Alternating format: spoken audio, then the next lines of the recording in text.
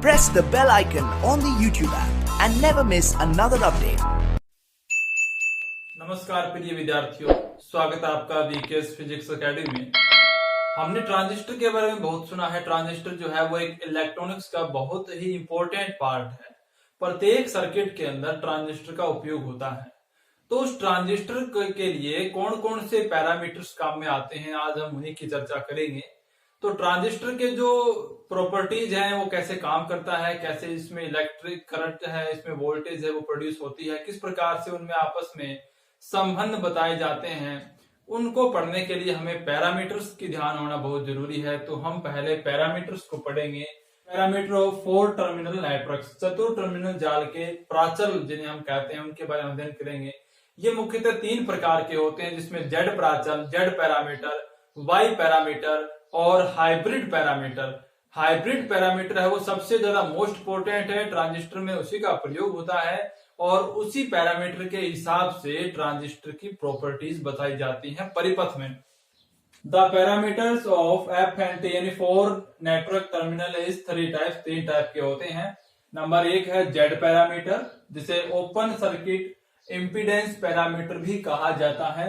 Parameters को हिंदी में कहते हैं प्राचल।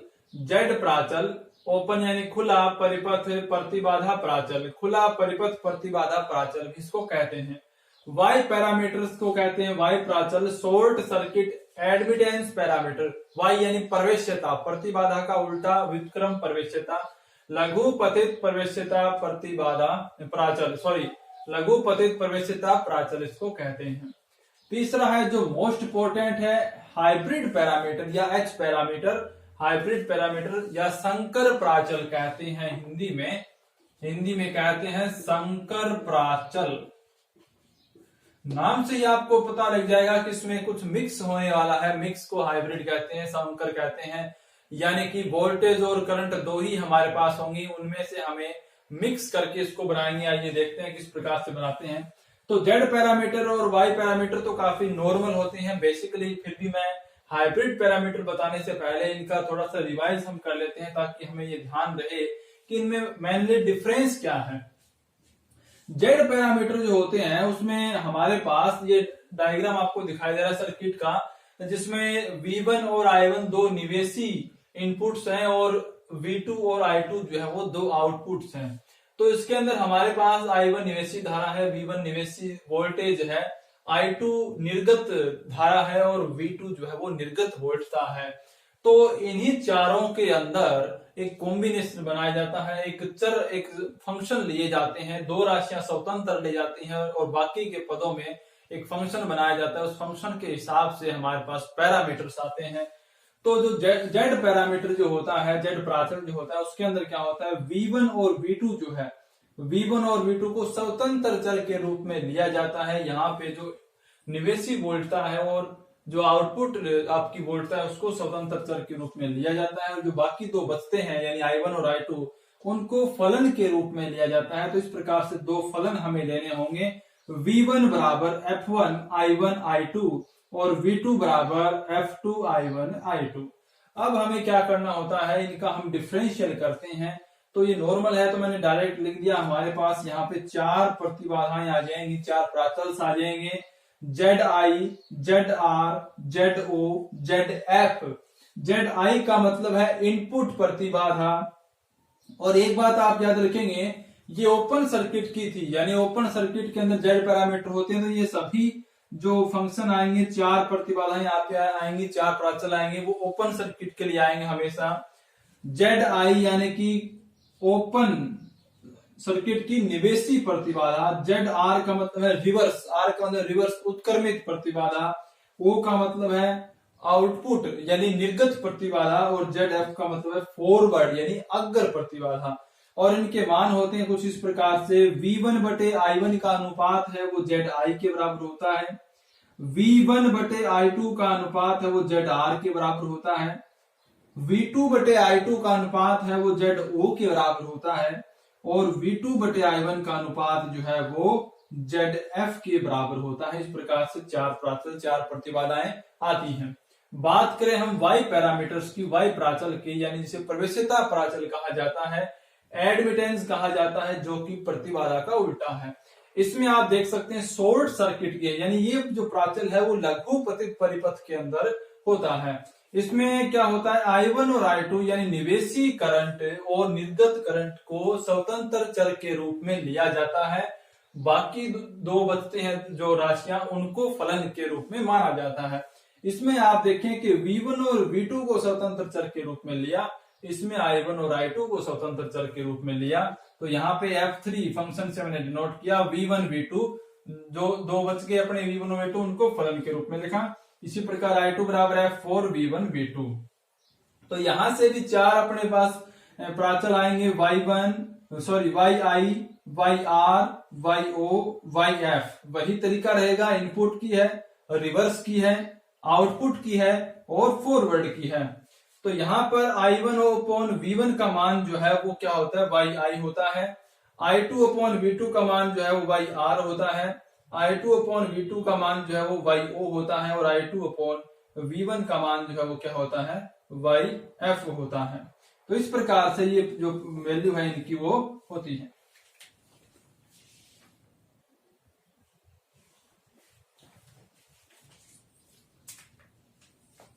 तो अब हमारे पास आता है H पैरामीटर, जो सबसे ज्यादा मोस्ट इंपोर्टेंट है और आपको इसको बड़े ध्यान से देखना है।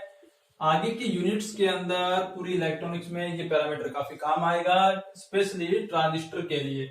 तो H पैरामीटर के अंदर क्या होता है, एक हम स्वतंत्र चर लेते हैं निवेशी वोल्टता को और दूसरा स्वतंत्र चर लेते हैं निर्गत धारा को।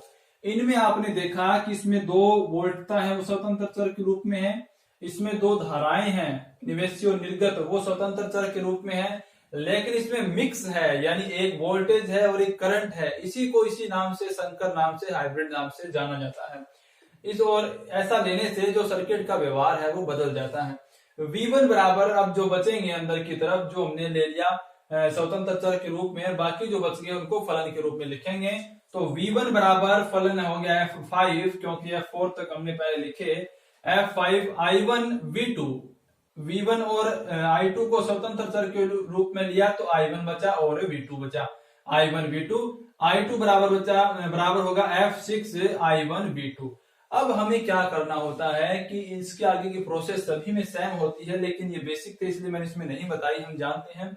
इसकी बात करें तो इसमें हमें टोटल डिफरेंशियल लेना होगा, संपूर्ण अवकलज जिसका हमें लेना होगा।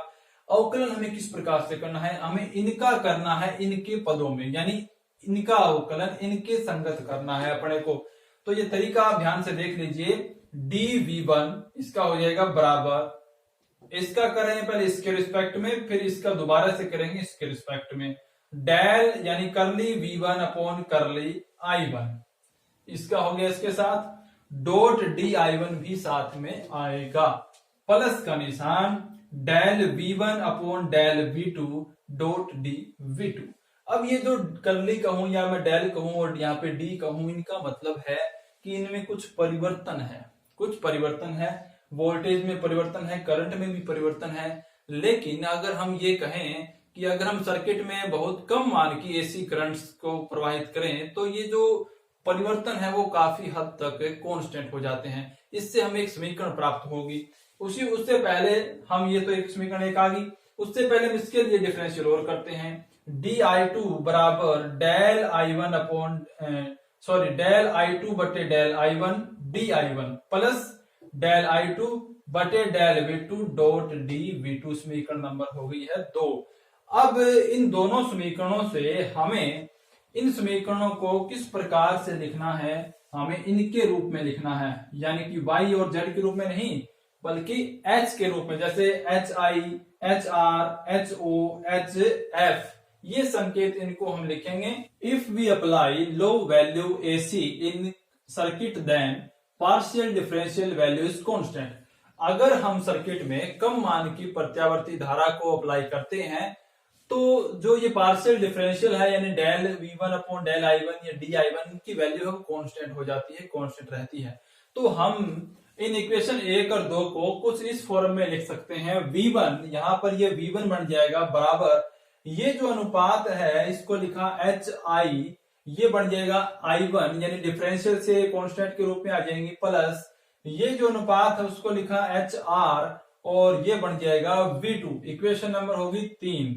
उसी प्रकार से इक्वेशन नंबर 2 जो है वो DI1 जो है उसको लिखा I2 बराबर इस अनुपात को लिखा HF I1 आगे हो जाएगा प्लस के इस अनुपात को लिखा HO और आगे हो जाएगा V2 बराबर समीकरण नंबर हो जाएगी 4। अब हम ये देखते हैं कि हमारे पास 4 राशियां आई HI, HR, HF, HO। ये हमें ये तो पता है कि ये इस अनुपात के बराबर हमने लिखा। हमें ये पता करना है कि ये अनुपात जो है इनका वो कब है, कब इसको कौन सी प्राचल कहेंगे, कौन सी ये प्रतिबाधा है, कौन सा इसके अंदर प्रवेशिता है, क्या इसमें कोई और वोल्टता लाभ है या इसमें धारा लाभ भी है। तो यहां पर आप देखें जो HI है, HI उसे H11 से भी डिनोट किया जाता है क्योंकि HI बराबर था डेल V1 बटे डेल I1, यानी 1:1 का अनुपात है तो इसे 1:1 से भी डिनोट किया जाता है। तो HI बराबर H11 बराबर किसके था, del V1 upon del I1, जिसे हम किस प्रकार से लिख सकते हैं, कांस्टेंट रूप में V1 बटे I1 के रूप में लिखेंगे। यानी जब हमें HI का मान निकालना हो तो हम याद रखेंगे V1 अपॉन I1 होता है, लेकिन एक कंडीशन में होता है जब V2 बराबर 0 हो। जब सर्किट में V2 का मान 0 हो तो हमारे पास V1 और I1 यानी निवेशी वोल्टता और निवेशी धारा का अनुपात क्या होता है, HI होता है। HI को कहते हैं input impedance of short circuit, यानी लघु परिपथ की निवेशी प्रतिबाधा इसको बोला जाता है। प्रतिबाधा क्यों बोलते हैं, शंकर प्राचल है ये, लेकिन प्रतिबाधा यहाँ पर इसलिए है क्योंकि हम जानते हैं ओम का नियम 20 समानुपाती I, V बराबर होता है RI। जब यहाँ से R निकालते हैं तो V बटे I होता है जो प्रतिरोध है, और यहाँ पे हम प्रतिबाधा की बात कर रहे हैं। तो जो काम प्रतिरोध का होता है वही प्रतिबाधा का होता है, लेकिन प्रतिरोध और प्रतिबाधा एक दूसरे से डिफरेंट होती है, हम जानते हैं। तो जहां पर V बटे I बनेगा वहां पर प्रतिबाधा बनेगी, जहां पर I बटे V बनेगा वहां प्रवेश्यता बन जाएगी। तो इस प्रकार से HR जो है HR बराबर हम देखें HR बराबर था del V1 upon del V2, यानी कि 1/2 यानी 1/2 का अनुपात है, यानी 1:2 से इसको डिनोट किया जाएगा। H12 बराबर होगा del V1 upon del V2 और कांस्टेंट के रूप में हो जाएगा V1 बटे V2। अब आप इसे देखें, दो वोल्टताओं का अनुपात है, तो न तो ये प्रवेश्यता है न ही ये प्रतिबाधा है, इसे बोला जाएगा वोल्टता लाभ, वोल्टेज गेन। कौन से का, आर का मतलब होता है रिवर्स, उत्क्रमित, यानी reverse voltage gain of open circuit. Open यानी खुले परिपथ की उत्क्रमित वोल्टता लाभ है कब, जब I1 का मान 0 है। जब इस I1 का मान 0 होगा उस समय दोनों वोल्टताओं का जो अनुपात है उसे HR कहा जाता है, उत्क्रमित वोल्टता लाभ खुले परिपथ का। फिर हम आते हैं HF पर। HF हम जानते हैं डेल I2 बटे डेल I1 के बराबर है, यानी कि दो धाराओं का अनुपात है।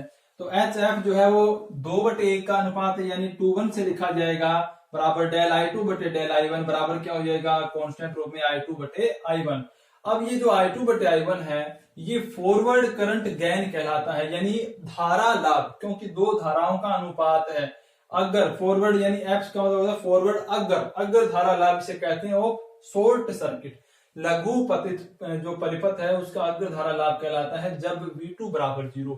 जब V2 की वैल्यू 0 होती है उस कंडीशन में जो I2 बटे I1 है, यानी आउटपुट करंट और इनपुट करंट का जो रेशियो है वो कहलाता है आपका HF। फिर आता है लास्ट में HO यानी आउटपुट का। तो H आप जानते हैं डेल I2 बटे डेल V2 के बराबर है, यानी 2/2 का अनुपात है, तो इसे लिखा जाएगा H22 से बराबर डेल I2 बटे डेल V2 बराबर क्या हो जाएगा, I2 बटे V2। अब ये क्या है, ये I बटे V का अनुपात है। आप नॉर्मली देखें I बटे V का, यहाँ था V बटे I का, तो V बटे I को तो प्रतिबाधा से डिनोट करते हैं, तो I बटे V को क्या कहेंगे, प्रवेश्यता, एडमिटेंस कहेंगे। तो ये जो है HO वो आउटपुट एडमिटेंस है किसकी, ओपन सर्किट की, खुले परिपथ की ये निर्गम प्रवेश्यता होती है जब I1 बराबर होता है 0। जब इस I1 का मान 0 होता है उस कंडीशन में I2 और V2 का अनुपात है वो क्या कहलाता है, HO कहलाता है। तो ये थे अपने संकर प्राचल जो काफी इंपॉर्टेंट है, प्रत्येक सर्किट में इनका यूज होता है, प्रत्येक न्यूमेरिकल में इनका यूज होता है। जैसे जैसे इलेक्ट्रॉनिक्स में हम आगे बढ़ेंगे, ट्रांजिस्टर वाले चैप्टर में, या हम कहें कि अपने जो फीडबैक है, ऑक्सीलेटर है, सभी में इनका उपयोग होता है। और यहाँ पे आप याद रखें कि अगर आप इनको कंफ्यूजन होते हैं आप में कि H11 को क्या लिखें, तो ये आप याद रखें 1-1 का मतलब है 1/1, 1-2 का मतलब है 1/2, 2-1 का मतलब है 2/1 और 2-2 का मतलब है 2/2। और ये आपको याद रखना पड़ेगा थोड़ा कि HR जो है वो किसके बराबर होता है, वोल्ट का लाभ होता है। HF है वो धारा लाभ होता है। ये एक इनपुट यानी कि प्रतिबाधा, और ये होती है प्रवेश्यता।